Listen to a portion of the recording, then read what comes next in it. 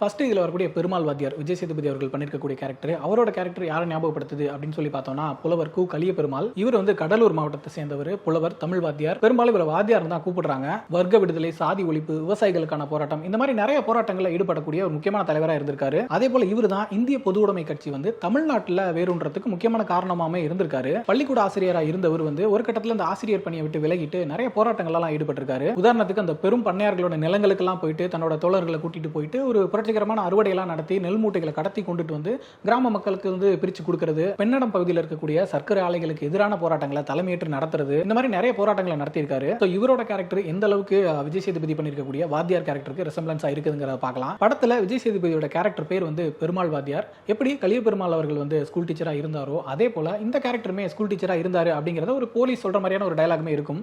Sir ஒரு ஸ்கூலில் வேலை பார்த்தாரு சார், அதனால தான் அவர் எல்லாரும் வாத்தியார்னு கூப்பிட்டு பழக்கம். அதே போல கலிய பெருமாள் அவர்களோட வாழ்க்கையில முக்கியமான போராட்டங்கள் அப்படின்னு சொல்லி எடுத்துக்கிட்டோம்னா அந்த அறுவடை புரட்சி, சர்க்கரை ஆலை போராட்டம், இந்த மாதிரி விஷயங்களை தான் சொல்லுவோம். இதெல்லாமே கூட பார்ட் 2ல இருக்கிறதுக்கான அறிகுறிகள் நமக்கு தெரியுது. ஏன்னா பார்ட் 2 ட்ரெய்லர்ல அந்த அறுவடை நிலங்களில் நடக்கக்கூடிய சண்டை, போராட்டம், அதே போல சர்க்கரை ஆலைக்கு முன்னாடி அந்த கொடியெல்லாம் ஏந்திக்கிட்டு போராட்டம் பண்ணிட்டு இருக்கிறதெல்லாம் நம்ம பார்க்குறோம்.